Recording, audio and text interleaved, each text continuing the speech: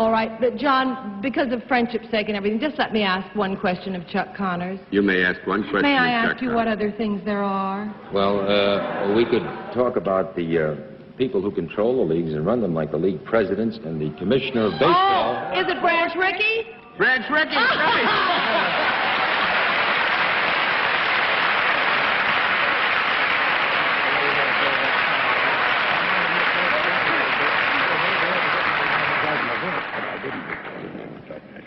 Mr. Rickey was a little bit concerned, Chuck, that he might have misled you a bit in the area of disguising his voice, which he wasn't doing, because you would remember Mr. Rickey when you were a rookie in baseball. Would that not be right? I remember Mr. Rickey, who actually gave me my career in baseball. And it's a pleasure to see him again. It's a pleasure to see you, too. Thank you. Mr. Rickey, how about that third league? Inevitable is tomorrow morning.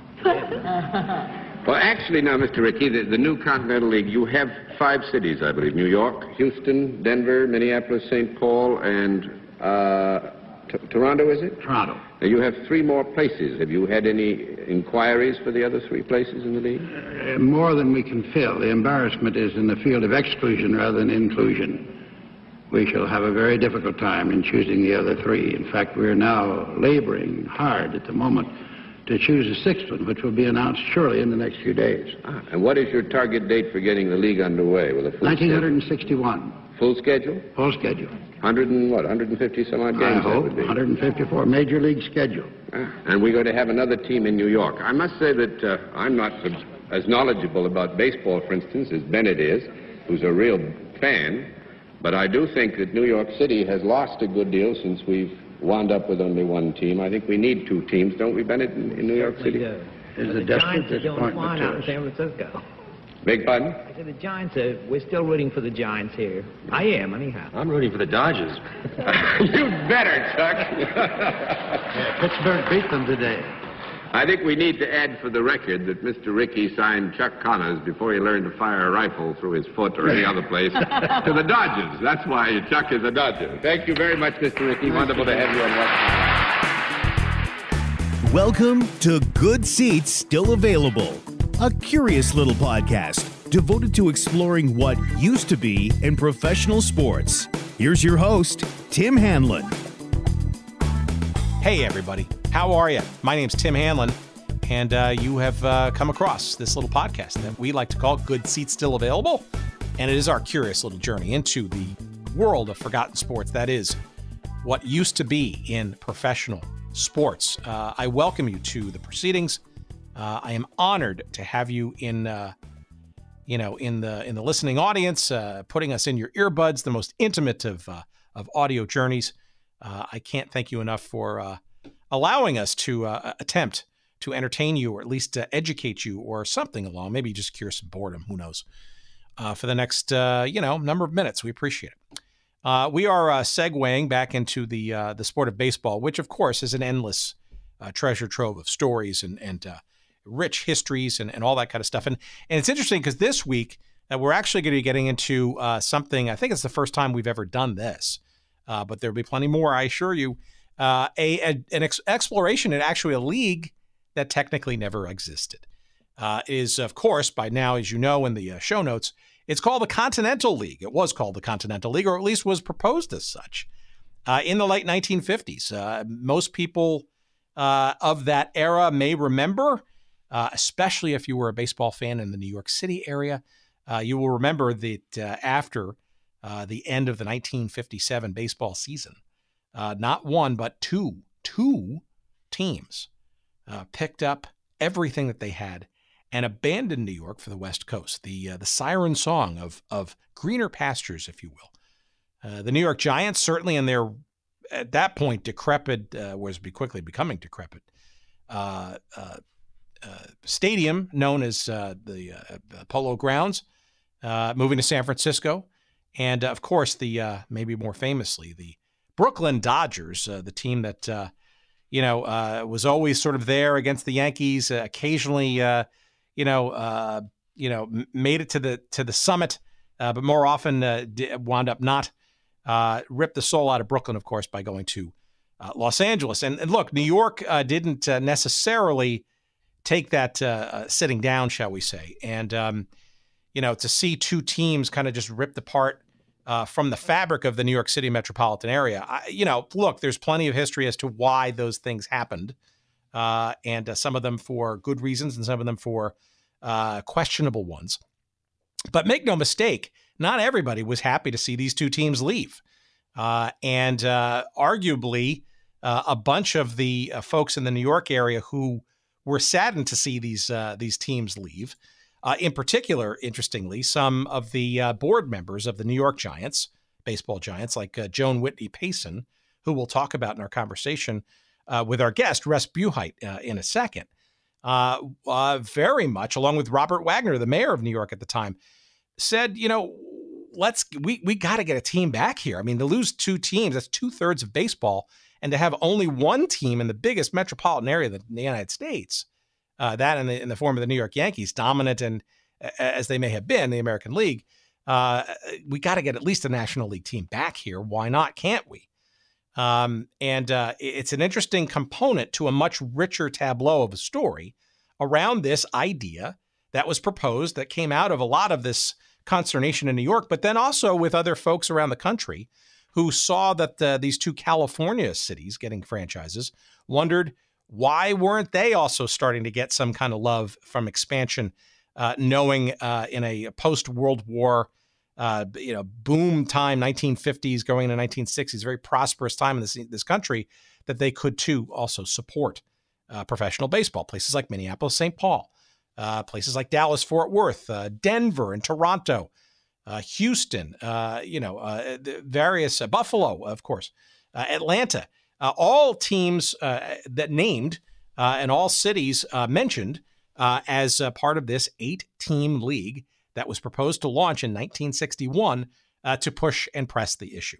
But we're going to get into all of that, all the various flavors of the story, whether it be markets looking for pro baseball at the highest level, whether it be New York feeling jilted, the idea of building a stadium generally in Queens. Obviously, the Jets/Titans were part of that story. Robert Moses, the architect of arguably modern day New York City architecture and expansiveness to interesting results, not always positive.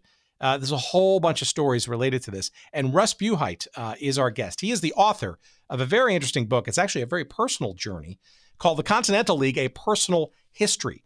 And as you'll hear in our conversation with Russ in a few seconds, Russ was actually in the minor leagues at that time as a pro baseball talent, and was part of the minor league system that was committed to being part of the Denver franchise in the Continental League, and would have been Russ's shot at the major leagues had things progressed and solidified. They ultimately didn't, and we'll get into that story, but it makes it a very interesting one. It's not just sort of a look back historically. It's also filled with some very personal anecdotes and understandings of what was going on at the time, how real, how the way the press was sort of playing it up, the way key people involved in all this. We mentioned Joan Payson, clearly people like Bill Shea, after whom Shea Stadium ultimately became named, and certainly, of course, Branch Rickey, who we'll talk about as a very instrumental figure in all this. That and much, much more in our conversation with Russ Buhite in just a couple of seconds about the Continental League, the league in baseball that never was. And interestingly, the last major attempt for a third separate actual league in a competition of what the American and National Leagues exist today. Very interesting story coming up in just a couple of seconds. Couple of quick promo notes, please. Please enjoy these fine sponsors, if you will. SportsHistoryCollectibles.com. You know them. You love them. You can't live without them. If you don't know about them, well, you will soon find that you cannot live without SportsHistoryCollectibles.com, especially if you have a sports fan in your life, if you consider yourself a sports fanatic in your own life. There you go. Visit early, visit often, as they say, and you will find an amazing array of choices from the world of sports memorabilia. Some really, really cool stuff. Dean Mitchell, the proprietor of the site, he has a whole bunch of great stuff, well curated, well photographed. I urge you to bookmark it. And when you do find something that you just can't live without, and I promise you're going to find something over time, you want to make sure that you use the promo code GOODSEATS. Yep, the promo code, that's Good Seats. That's what it is. And you will get, of course, 15% off all of your purchases at sportshistorycollectibles.com. So give them a try. I guarantee you're going to find something. If you don't find something this week, come back next week and the week after, and don't forget that promo code. Write it down, Good Seats. And lastly, but not leastly, if that's a word, whatever, we made it a word, audibletrial.com/goodseats. Why do you want to go to that website, audibletrial.com/goodseats? Well, it's a good question. I'm glad you asked. That's the place where you, the listener, the person who's listening to this very podcast, can get a free audiobook download and a free month's subscription to the Audible service to listen to and enjoy an audiobook. There's 180,000 plus titles to choose from in so many different genres. We don't have time to name them all. It is yours for the free trial. 1 month subscription to the service, and most importantly, a free audiobook download. That's audibletrial.com/goodseats for your free stuff from our friends at Audible. Remember, you can cancel at any time, so give it a try. You will lose nothing by doing so. Get your free audiobook, enjoy the process, enjoy the book, and you tell me if you don't enjoy the experience. We thank Audible, of course, for their continued sponsorship of our little podcast. All right, let us segue, shall we, into a very fun, a very interesting, and a very personal journey with our new friend, Russ Buhite, the author of the Continental League, A Personal History. I hope you enjoy it as much as I did.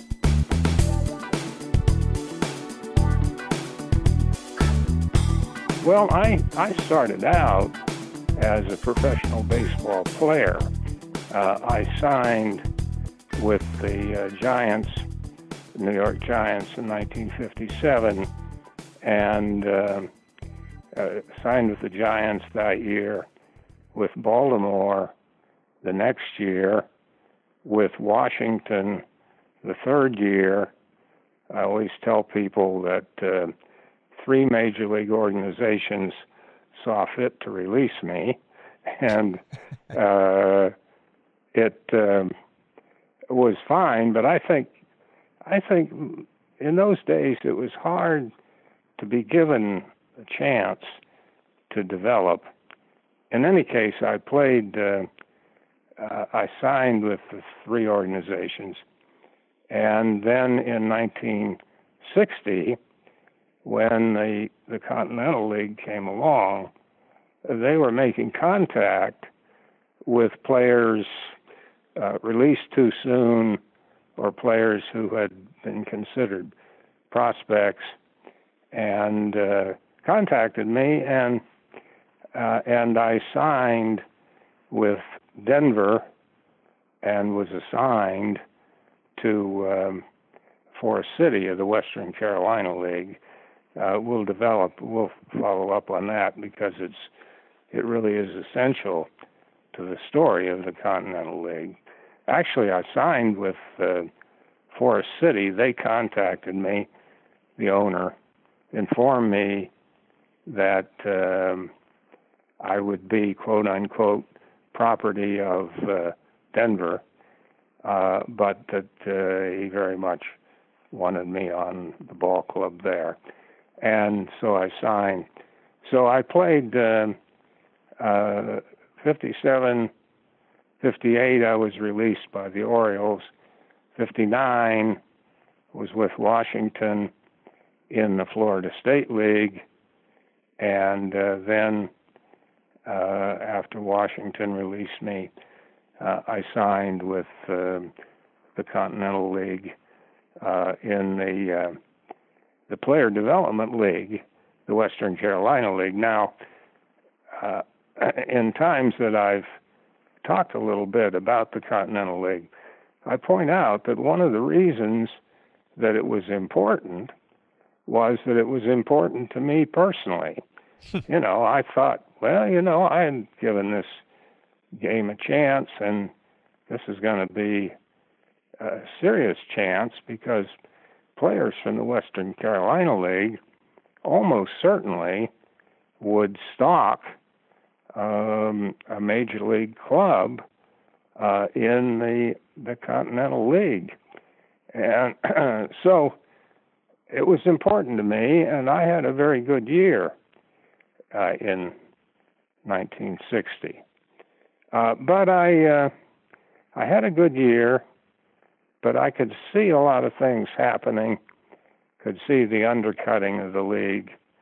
I paid attention to things, and I had been a reader along the way, and I don't know that I was yet a scholar, but I had university professors encouraging me to go to graduate school, put aside baseball, and go to graduate school. And a variety of reasons, I decided to, led me to decide to go to graduate school after that 1960 season. And of course, I'm glad that I did, because the Continental League went under, was really killed by the National and American Leagues.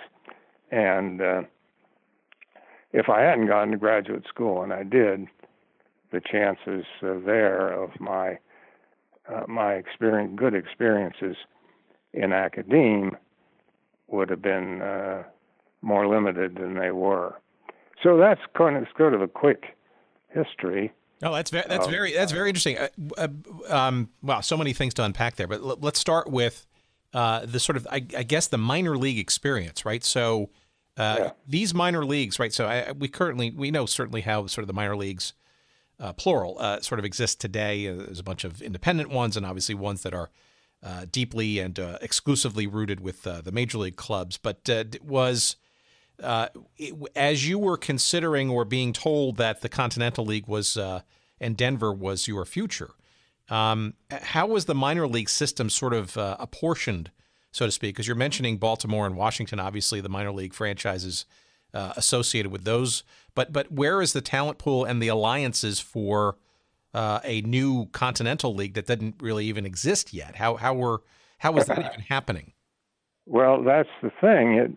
It didn't really exist, and that was going to be a problem, and that's really what undercut the Continental League, the whole issue of access to players.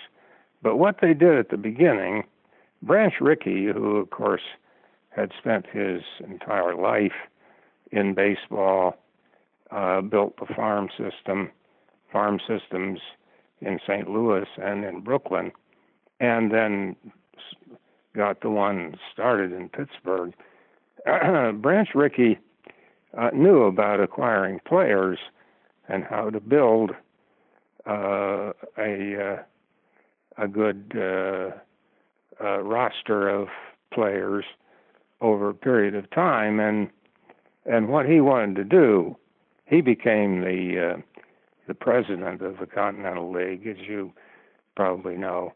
And what he wanted to do was to reach out to as many players who had been signed and released as possible. Now, these would be guys like me, who were 19, 20 years old, but who had had professional experience and had been considered prospects, with the experience to build on. Many of us, the assumption was, could go on and play at a high level. So that was one area that they started looking at, the Continental League clubs.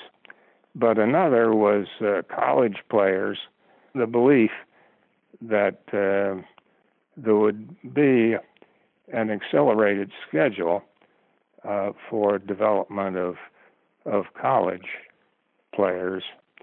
And that would have been true, I think, and because colleges were starting then, 59, 60, 61, to go to longer schedules and the like.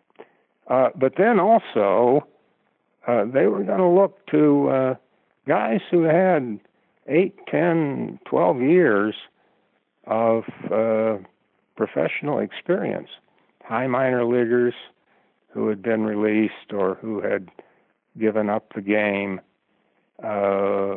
journeyman-type players to build rosters and to lead other players along through the example of their experiences. But if you start from scratch, you don't have anything. Now, Ricky was hoping that he could duplicate what Van Johnson did in 1900 and 1901.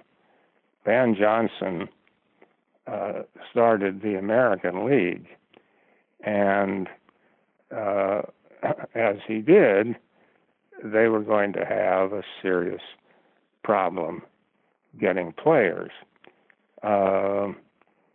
Ricky came up a little short of what Johnson did. Johnson moved into the territory of the National League. National League was the only league operating at that point, Major League. But he moved the American League into National League territory, simply began signing National League players from the Major League rosters and from high minor league rosters. Well, Ricky assumed that he could do some of that and that he could maybe get agreement from the National and American League clubs. This would have been 59 and 60, to limit the number of players that they controlled through the reserve clause. He was hoping for a while to limit the number that a major league club could reserve to 40, the 40-man roster. Well, then he thought, well, maybe we can limit it to 60. I think his heart wasn't in it because he had benefited over the years from an unlimited reserve clause. But anyway, that's where players were going to come from. But that made it a bit iffy along the way. So they were also going to get players from a few minor league clubs, and the clubs in the Western Carolina League were all affiliated with Continental League clubs at the major league level. And Forest City, North Carolina, is with Denver, Gastonia with Atlanta, Hickory with Buffalo, Lexington, the Twin Cities, and so on.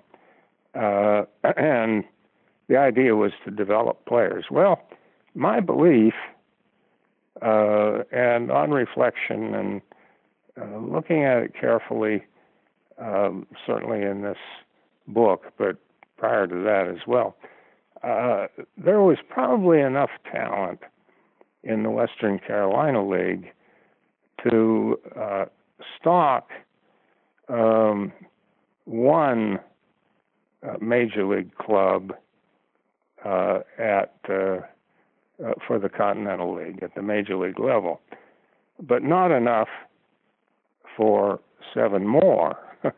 So they were going to have to rely on limiting the reserve clause that allowed National and American League clubs to hang on to so many players.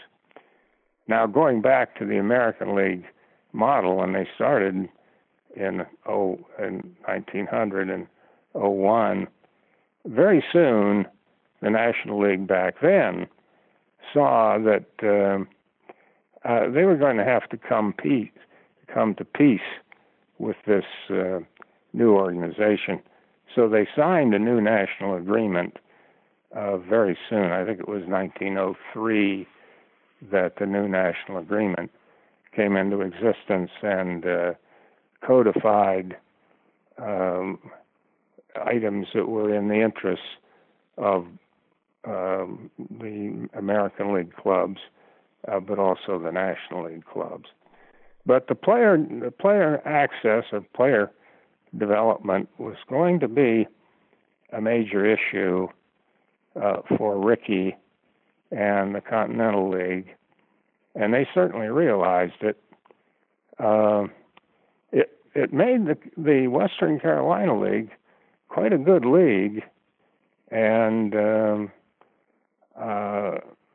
good things about it. There were a number of really good things about it. Well, also, you also mentioned, it's interesting you mentioned Branch Rickey, too, because he's an interesting character in all of this, right? And arguably maybe more of a hired gun, perhaps, than some of the other folks that we'll talk about in a few minutes. But he's also interesting because he actually sort of experienced sort of the other, attempt to kind of broaden baseball's landscape with the Federal League in the teens, right? And he was sort of caught up in the St. Louis franchise there and was demoted and famously sort of, derided, I guess, by his management or his ownership about, at the time was some, more creative ideas about how to run teams and approach players and all that kind of stuff, which it just seems highly ironic given the position that he's been hired to do in this league. I guess it would be really interesting to how you balance those personal experiences with sort of the beginnings, I guess, as you look back to sort of document all of this. Why was this Continental League even a thing in the first place? Maybe we can get into some of the roots of that and maybe how Rickey got involved in the first place. Yeah, let me correct one point that you just made, and I'll go back to how the Continental League got started. Rickey was a great proponent of the American League in 1901. And in fact, he very soon became a player with the New York Highlanders, who in 1913 became the Yankees. So Rickey was a catcher and played in the major leagues back then. But he didn't favor the Federal League. Van Johnson opposed it. Rickey thought that there weren't enough players really for a whole new major league. There probably always were enough, but Rickey didn't support. He supported the American League as a new league, but he didn't support the Federal League. He did, though. The point you made was right. He got involved in management with the St. Louis Browns, and then switched over to the Cardinals and achieved fabulous success with the Cardinals, not so much as their manager. He became the manager, but his great success with the Cardinals came in player acquisition, the establishment of the farm system in the early 20s, and the amassing of a huge number of players under his control. At one point, Rickey and the Cardinals controlled 700 players, and these are players who couldn't play for anybody else. They were limited by the reserve clause to playing for the Cardinals or the team that the Cardinals sold them to or traded them to. Now, back to the point about the Continental League and how it got going. 57, as you know, the Giants and the Dodgers got through the 57 season, but they made pretty much joint decisions. It was agreed that they could move, Giants could move to the coast, West Coast, if the Dodgers did. Dodgers could move to the West Coast if the Giants did. Well, they both moved to San Francisco, the Giants and the Dodgers to L.A. That left New York as a one-team town. The Yankees were very happy with that. Mayor Wagner was not happy with it. And generally speaking, the baseball establishment was not happy with it. Wagner appointed a committee to see what the committee could do about bringing another major league club to New York, a National League club. So they'd have the Yankees, but then they'd have a National League team as well, a team that would kind of fill the void the Dodgers and the Giants. Well, he didn't succeed in that, Wagner, needless to say. He tried bringing Cincinnati, and turned out they didn't want to move. Tried bringing Pittsburgh. These were marginal operations. They weren't making much money. So the thought was they might really be interested in moving to New York. Tried bringing the Philadelphia Phillies, to New York. And as it turned out, none of them expressed great interest in coming to New York. So Wagner urged that the committee do something else. Well, on the committee, one of the prominent figures turned out to be the most prominent figure on Wagner's committee was William Shea, Bill Shea. And Shea went to Rickey. He knew Rickey's views, and Rickey confirmed those views right away. This was in 58. Rickey said, oh, absolutely. What we need to do, though, to expand is to go the route of a third league. That's the best way to expand. You get 8 teams in a separate league from the National and American League teams. They'll play among themselves. The disparity in talent won't be so glaring. And after 2-3 years, probably 3 years at the most, Rickey said, we'll be lucky or be ready to compete with the National and American Leagues, even in a World Series, round-robin World Series. And that was the basis of Rickey's view. And he worked with Shea very hard in 58, and then in 59 and 60. Now, in 1960, the machinations on both sides became, well, pronounced. And I deal with that extensively in the book. Rickey was threatening a war with the National and American League clubs. What he meant by war was going independent, as Van Johnson had done in 1900, 1901, just signing everybody's players, just ignoring the reserve clause on the assumption that the Supreme Court would no longer be supportive of the reserve clause in players' contracts or the right to territorial control that baseball had held in a monopoly position for many years, well, since 1922. That's, of course, a story in itself. But as Rickey threatened that, and Shea did, the owners were nervous, but not so nervous not to fight back. And so the owners did all kinds of things to undercut the Continental League. At first, they suggested they were supportive of the third league mode of expansion. First, they said that.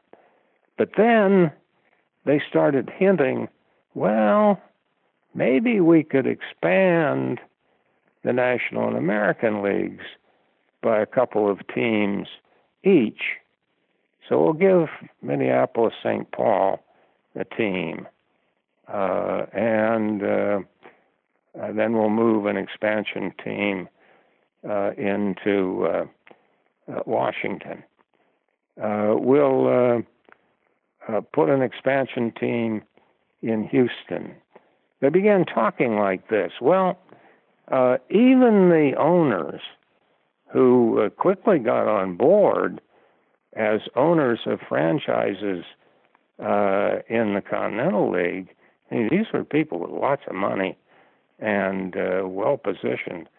But they kind of wanted in the elite club. They didn't want to be Continental Leaguers.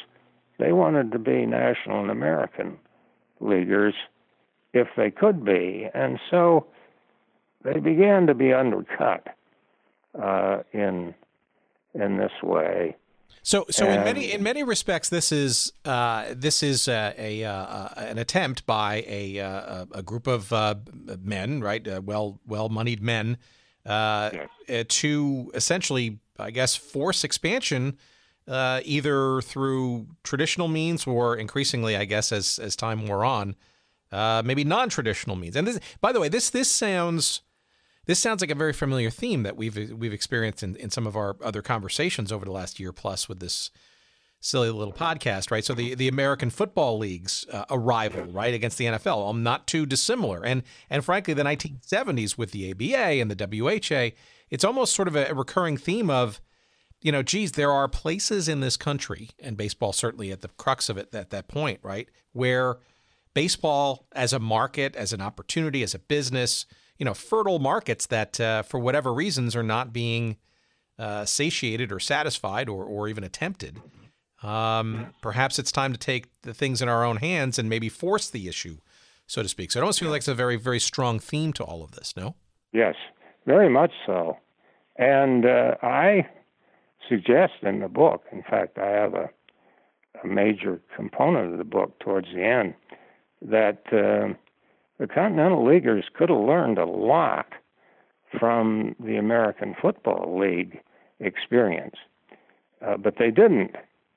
And one of the reasons they didn't was that they began to be effectively undercut by the National and American League clubs, and they wanted to be members in good standing of the elite organization, the already existing major leagues. But, to prove your point, reinforce your point, we've had, since 1960, the addition of 14 new ball clubs. Isn't that right? I think it is. Yeah. With all the expansion that's taken place. Yeah, there are lots of areas thirsty for baseball, wanting baseball, and pretty much taking advantage of it. Now, I don't know where we would go now, except to the Caribbean, to Latin America, or to East Asia.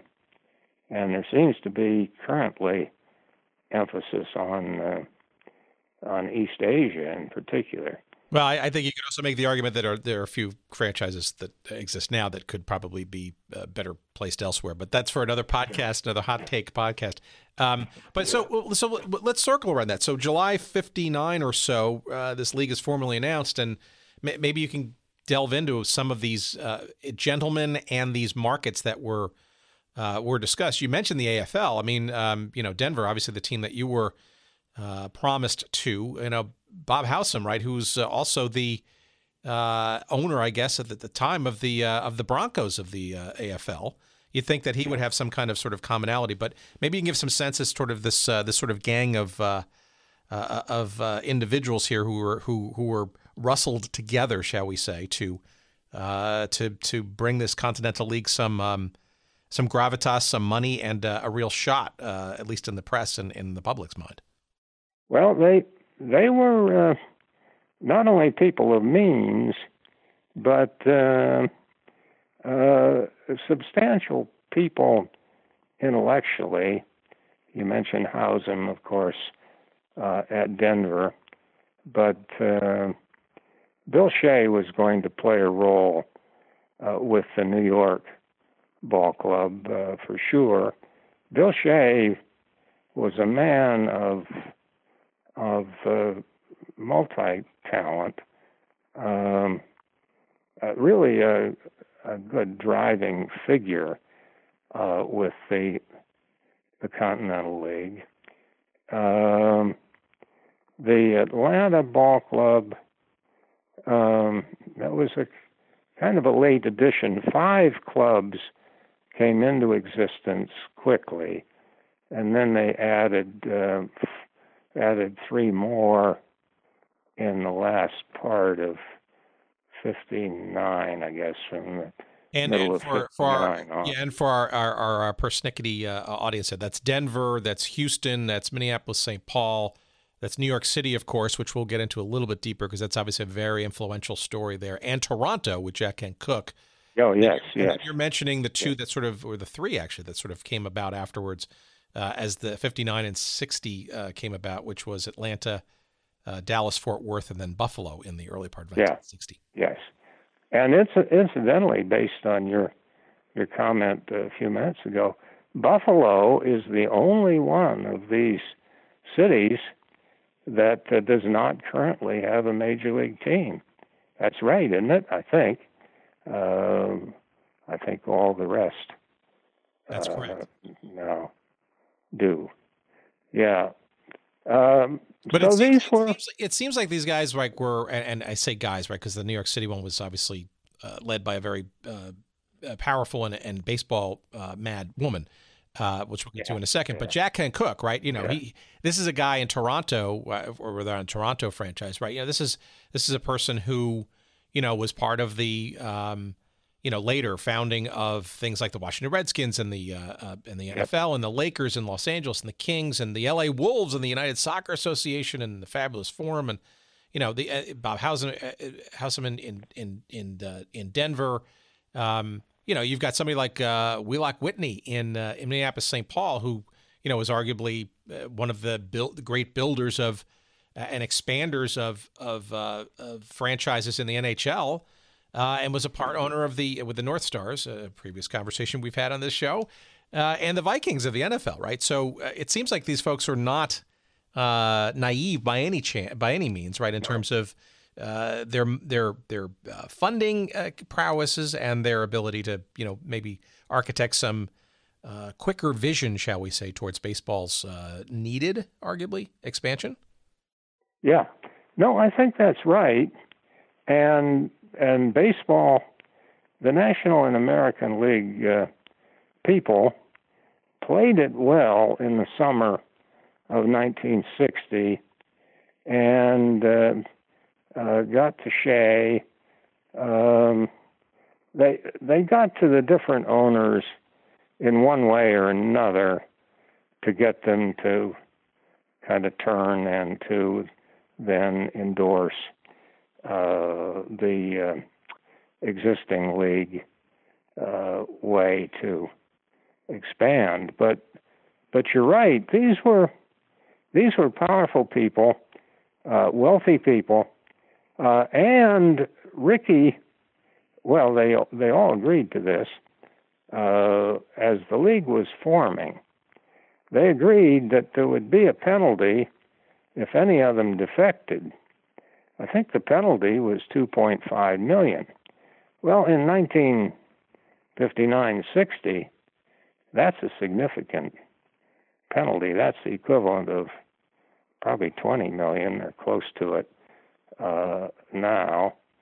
And so there was a kind of a bar against easy defection. But then when they got the assurances from existing clubs, National and American League clubs, to go to expansion, then they began jumping on that route, and Ricky couldn't hold them together. If Ricky had been a young man like Van Johnson, he might have pulled it off. I don't know. Ricky, I keep coming back to Ricky. Ricky is such an interesting figure. He was accused of putting together socialized baseball with his new economic model for the Continental League. And I point out that that's one of the really interesting features of the new league. But it wasn't a socialist model. It was really a corporate model. Ricky had in mind that the new league would operate sort of like U.S. Steel did. You would sign, the corporate entity would sign all the players and control all the players and control salaries and control training sites, control everything, managers, everything, and apportion the players to clubs as they needed them, sort of the way a large corporation would do in moving personnel around within the corporation.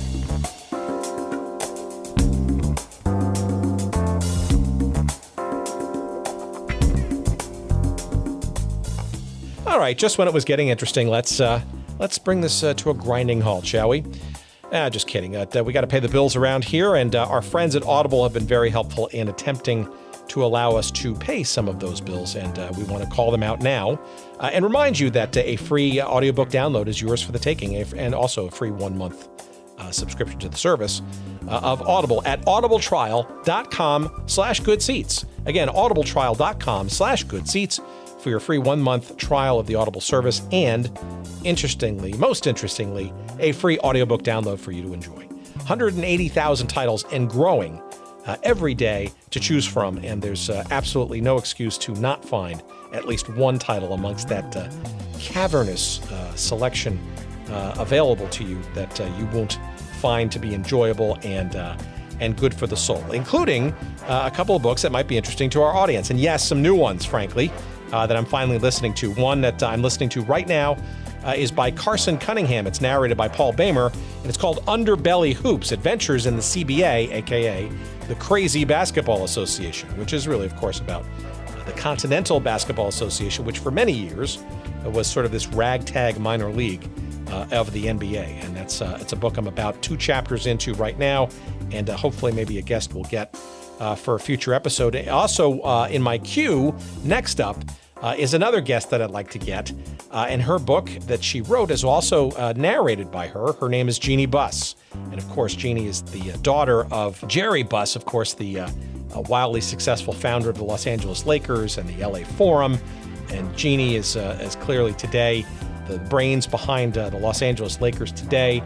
She and her brothers were active, of course, in things like, along with her father, World Team Tennis, the Major Indoor Soccer League with the LA Lasers, all kinds of stuff. So her book is next on my list. That's called Laker Girl, and that too is available on Audible. And again, it's one of the many thousands of titles that you can choose from when you go to audibletrial.com/goodseats. And again, you too can get your free audiobook download to give it a try, perhaps one of those 2, or perhaps one of the other 180,000 titles available to you as well. Give it a try, audibletrial.com/goodseats. Thanks for listening, and back to our conversation.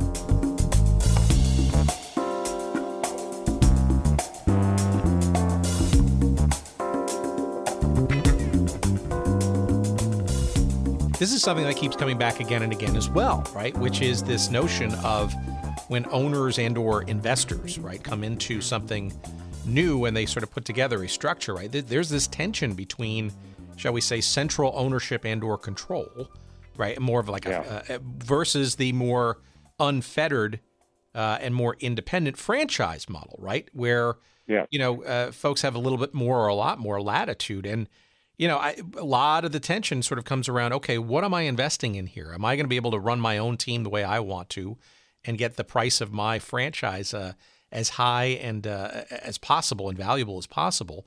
Or am I contributing to something that is actually a group effort, which may actually limit my individual capabilities of running a profit and or a sale at some point, right? And it's a very interesting dynamic because not every owner has sort of that long-term or medium-term vision to kind of take one for the collective team, so to speak, versus trying to see the immediate opportunities or perhaps maybe, blinded by opportunity to, kind of just run their own thing and get out quick and make some bucks. Yeah. Well, we see this in all areas of sport now. We certainly see it in the NCAA, which you would think would be removed from it about as far as can be. But the NHL, the NFL, watch the NFL as they prepare for the draft. They're operating very much like a huge corporation would operate. And they've set up a system of fines for owners for speaking out or for one action or another along the way. So, yeah, the point that you make is very valid in regard to, I think, to almost all of the large sports organizations.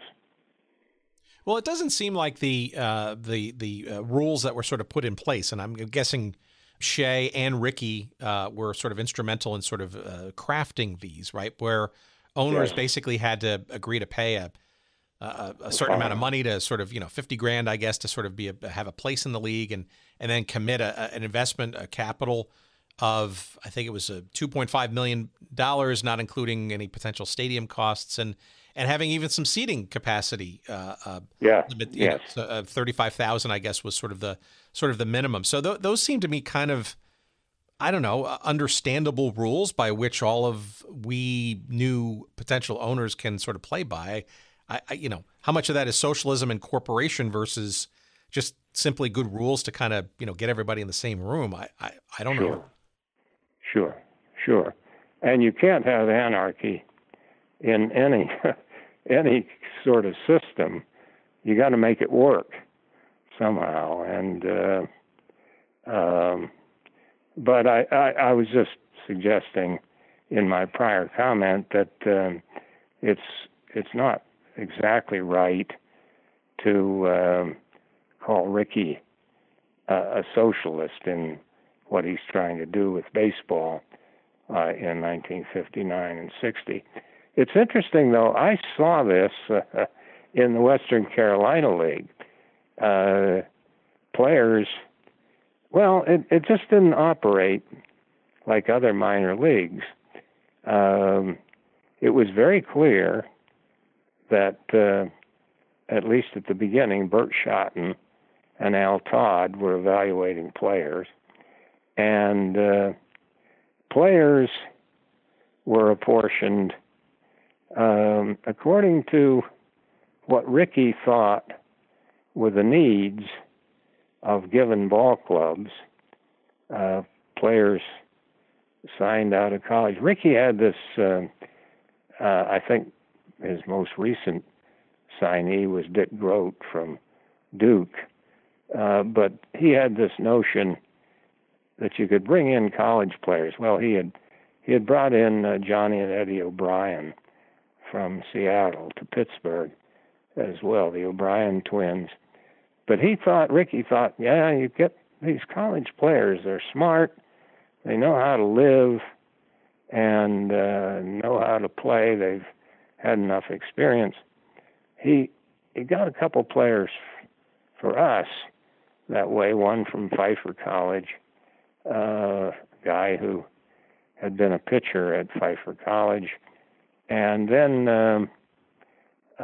second baseman, infielder from Lafayette College, and he just went on and on about their great virtues. Well, they were good players, and they were wonderful teammates. One of them has remained a close friend of mine even to now. but they weren't what Rickey hoped they would be. But that's what he did. That's the way they ran the minor league. It was run with the central organization very much in mind. And that was an era when that wasn't done. There was a lot more in that period of, going back in minor league baseball, 20s, 30s, 40s, 50s, a lot more autonomy, individual control ball clubs than there came to be later on. So, so that's interesting because that brings me back maybe to sort of the New York exodus, shall we say, in 57, which arguably, or past 57, which arguably kind of set a lot of the tone and motion for this, because those, while needing, I guess, the approval of other league owners in the National League at the time, right? The idea of moving two teams simultaneously, two very dramatic changes of locale.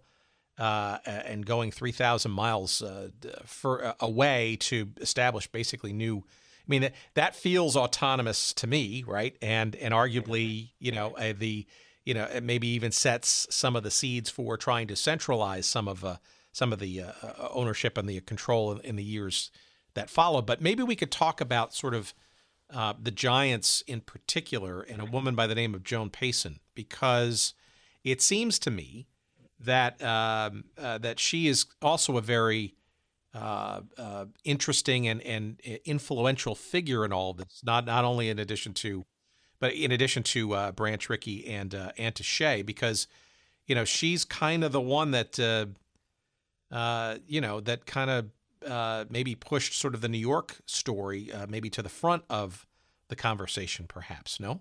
Yeah, you're right. Plus, the Giants weren't making money.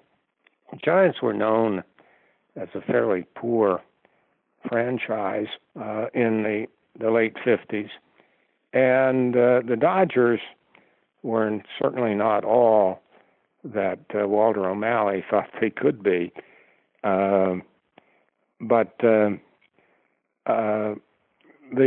Giants had that old ballpark. Polo Grounds was decrepit.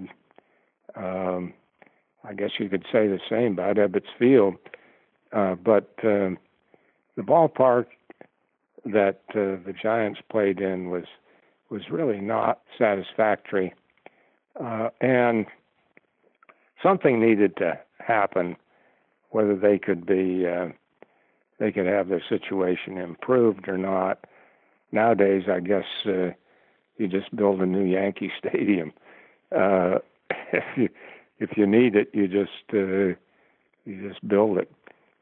Well, I guess what I was sort of getting at is that, and again, this is my bias having grown up in the New York area, right? It seems that obviously between what Ms. Payson and what Shea were involved with, obviously Branch Rickey having been in the New York area for quite some time, the idea of it seems like a lot of the impetus kind of generated around sort of a core of getting New York a second team, and then by, in some respects, almost sort of branching that out a bit into, there are other markets that could benefit besides New York getting a second team, and sort of the sort of overall halo of expansion.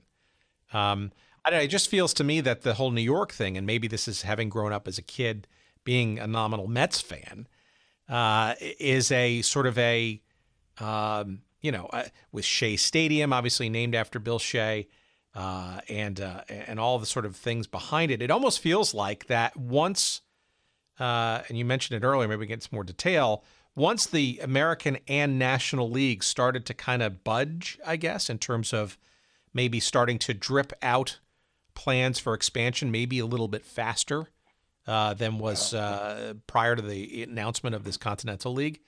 It almost feels like once the Mets were effectively deemed a franchise, that the whole notion behind a continental separate third league kind of dissipated and rather quickly. No? Yeah, it did. It's interesting, though, some of the leaders Rickey, of course, included, believed that this was absolutely, totally the wrong way to expand.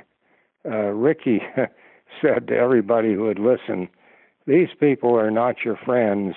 They're cutthroat operators who will be attacking one another, competing for players all over the place, trying to do their opponents in, and they're gonna finish last, and so they won't be able to compete. Well, I suppose the one ball club that gives lie to that the quickest was the Los Angeles Angels. They finished a few years later. They finished third or fourth, but the Mets weren't any good for a long time, and so Rickey and some others just thought, oh man, this is not the right way to do it, and they talked it down a lot, but there was this sort of inexorable baseball momentum, expansion momentum that built up. I mean, I think you're right on that point, and it continued, and with each passing expansion, they've done a little better about the clubs and the players available for draft and the other things. The supporters of the Continental League, I still believe, in my own experience, that the Continental League would have been the way to go if the National and American League clubs, and I keep saying National and American League clubs because Ford Frick didn't run baseball. The owners really ran things. But if they had been more cooperative, been willing to loosen up on the reserve clause, made more players available, they could have made expansion work, and I think it would have worked better. But it came to work. Well, it seemed like the American and National Leagues took this thing seriously enough, right? I mean, the money was there. Oh yes. You had baseball people and people like Rickey in there. You had Shea, who was a lawyer and certainly understood sort of the intricacies. Obviously, part of trying to get a new stadium built there as well as sort of the economics and the real estate aspect of it. I just wonder. I don't know who was bluffing whom, right? Because at some point, it feels like that it never launched, right? And although there were enough aspects of this thing that were happening, it caved in pretty quickly, right? Once that sort of concession sort of came about. I'm just wondering who blinked, right? Well, that's an interesting question, a very interesting point. And Rickey did not quickly enough, it seems to me, or firmly enough, disavow the notion that he had set all this up and that what he wanted was expansion, and he didn't care if it was the National and American Leagues. He didn't care if it was the Continental League. He didn't, once expansion of the regular clubs became the route, Rickey sort of was willing to maybe bask in glory that he didn't deserve. Because if you read the Rickey papers, read the documents, man, he is firmly and bitterly opposed to these guys who made expansion happen in the other way. But then, when he saw the inevitable, I think he just sat back and thought, well, okay, let's go with that. And when he would be asked, he didn't comment too much as time went along, and he moved to St. Louis again, went to work for the Cardinals again after the summer of 1960. Well, in February of 60, right, the February 18th, as a matter of fact, of 1960, is when the league folks actually revealed a whole bunch of specific plans, including an opening date of April 18th, 1961. But it's interesting, and I don't know any of the details here, but it was Rickey and Jack Kent Cooke making that announcement. So I'm wondering, like, what was Cooke's role? Like, why was he versus, say, the others, why was he the sort of owner person representative, I guess, of that, right? Was Cooke really, sort of behind all this as well? And or, was this announcement made with any knowledge that some of these new franchises were going to be at least thrown into the mix by National and American leagues? Or was it, I wasn't there at the time, right? So the dynamic of that announcement, right, was that sort of fully in the belief that this is going, or this is sort of another act in some theater that, ultimately, and pretty quickly, right? I think by August of 60, the whole thing had been disbanded. So yeah, August. Yeah, well, you could be right about the theater aspect of it. No, I don't think so. At that time, in February, the owners who were most dynamic were Cooke and George Kirksey in Houston, and Bill Shea, along with Rickey. And I think Kirksey, there was no doubt about Kirksey's faithfulness, and I don't really think so about Jack Kent Cooke at this point either. And I think that Rickey was coming off a kind of a high at the end of the year of 1959, and then they set up the Western Carolina League. Houston wanted 3 or 4 development leagues. I don't know what the Toronto Ball Club was favoring. But you're right in saying we weren't there. You can't, when you're not there, you can't read facial expression. You can't read lots of things that you might understand better if you were. It's like understanding the Constitutional Convention of the spring and summer of 1787. If you could have been in the room, there are lots of things you could understand better than now in hindsight. So what do you, from your perspective, right, as somebody who almost would have gone into this league, right? So when you were in the farm system, what were you being told? And what was your feeling? And how much of it was, how much belief did you have, and or when did you sort of see the sort of writing on the wall that this league was not going to happen? Yeah, I followed it mainly in the sporting news. And with 1 or 2 teammates. Nobody was talking about it very much.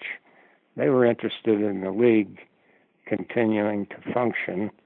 The league was pretty well funded, quite well funded actually, and we wanted that to continue and not fold.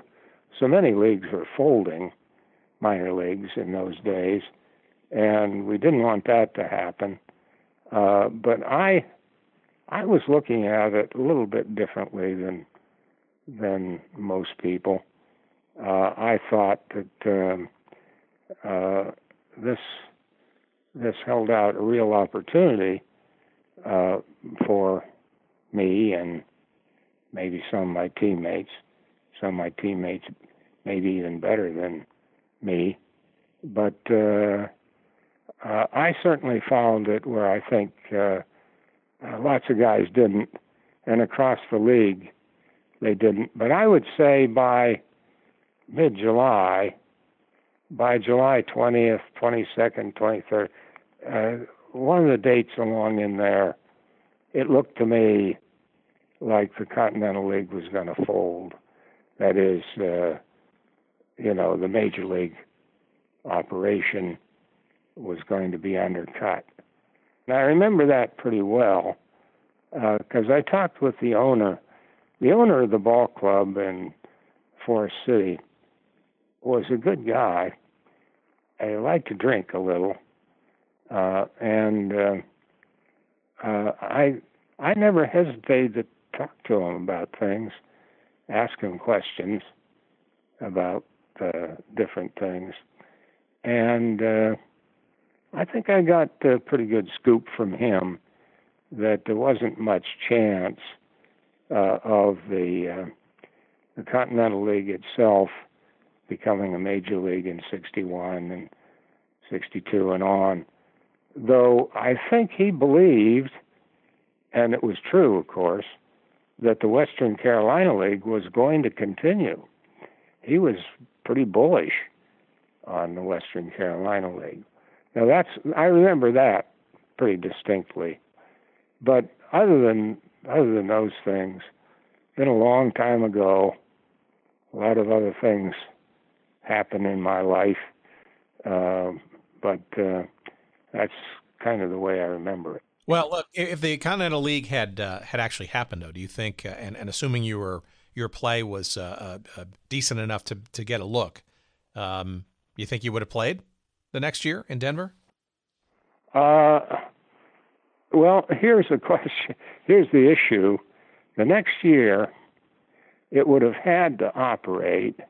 If it had operated, I probably would have played because I wasn't really tired of playing, and I assumed that I could go to graduate school at some point. But I loved the game and wanted to play.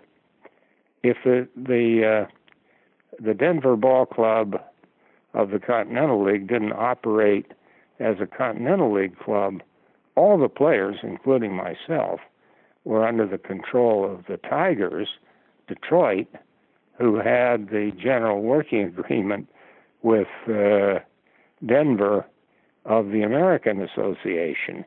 So that was a conflicting issue in my thinking in the fall and winter of 61. They sent me a contract, Denver did, but I knew that because the Continental League had folded or been undercut, that I'd have to make it within the Tigers system, and I probably wasn't going to have a chance to play in the American Association.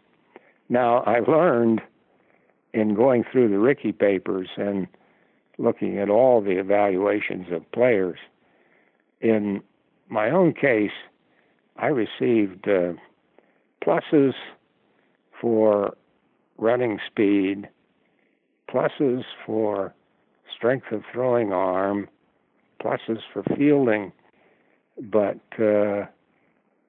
flat line for home run power. And I was listed in each case where I saw a listing as AA. Now, I think that what that meant, I'm pretty sure, that meant that that's what they saw, that I would be a good AA player. But once you've identified yourself as a good or decent AA player, well, you can play beyond that, certainly play beyond that. I didn't have any question about my abilities along the way, but I didn't hit home runs. And as a first baseman outfielder, realistic thoughts probably would have taken over before very long. So I might have played for another year, maybe not beyond that. I don't know.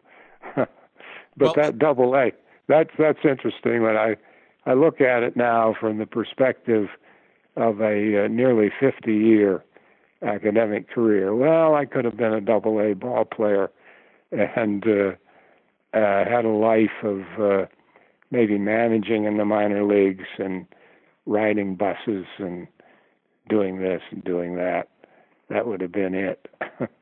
Well, there might have been some silver lining though. So as you make your own decision about moving on to your extended academic career, I'm wondering if some of your teammates and others around you at the time had, even maybe if you were incapable of doing so, but looking sort of somewhat longer term, because it does seem that around that time, despite the demise of this Continental League, which never fully actually launched, there was movement towards opening up more fertile franchise territory for more teams in Major League Baseball, right? So that sounds like that translates to eventual, although not immediate, opportunity for more players, no?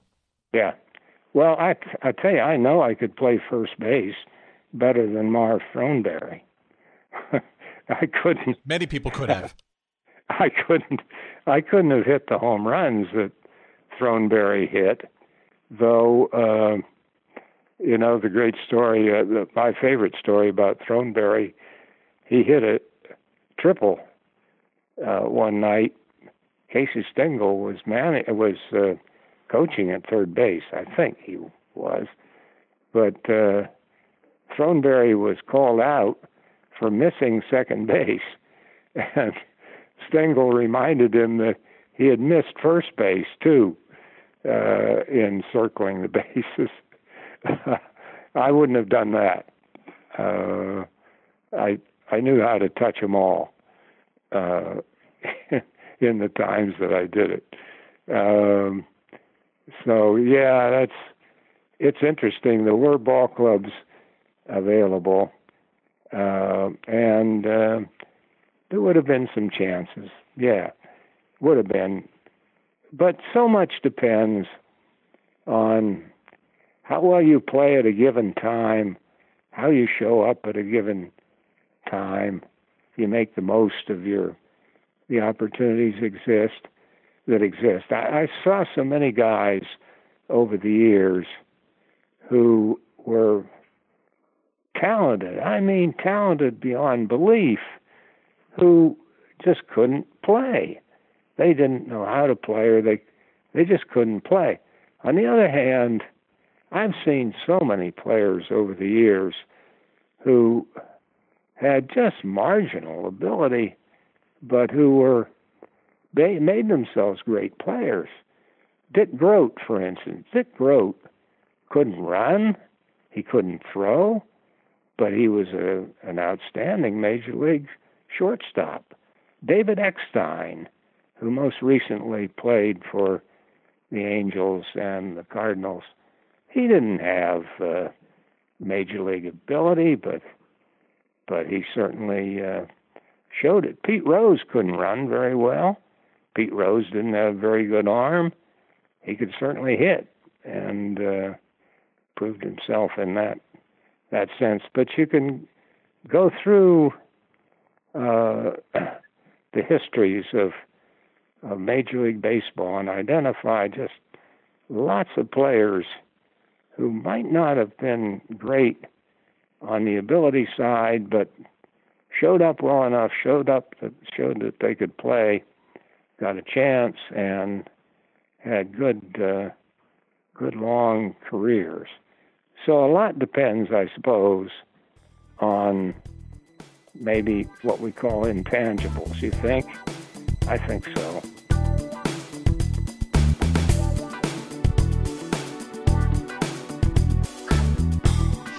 I hope that you truly appreciate, there, fine listeners, the service that we do for you every week here at Good Seats Still Available.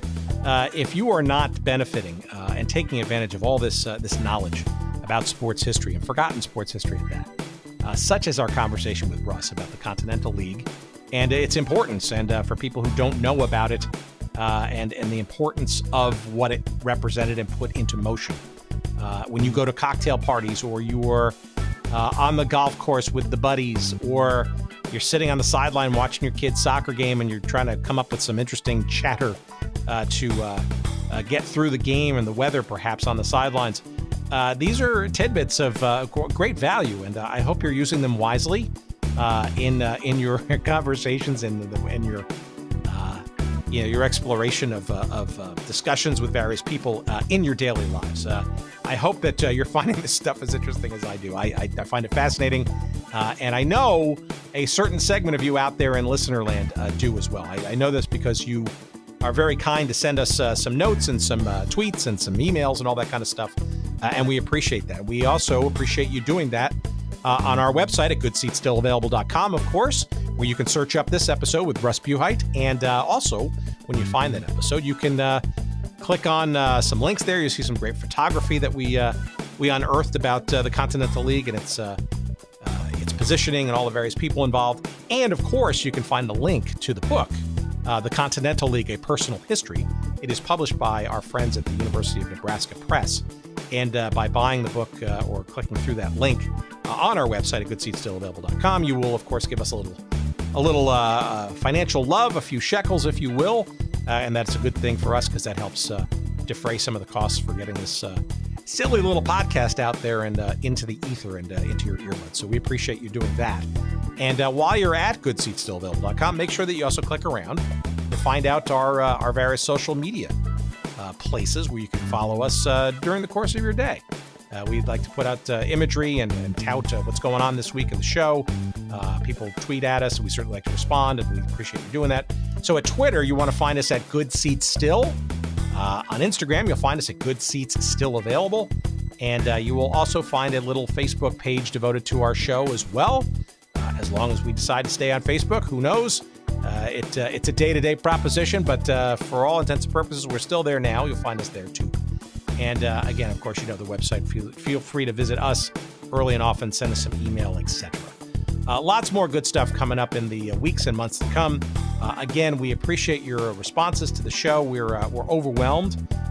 We've certainly tapped a nerve, we think, with this kind of programming, and we appreciate to no end your support and listenership. So until next week, I bid you all a fond adieu, and I wish you nothing but safe travels and goodness until we talk again. Take care, everybody.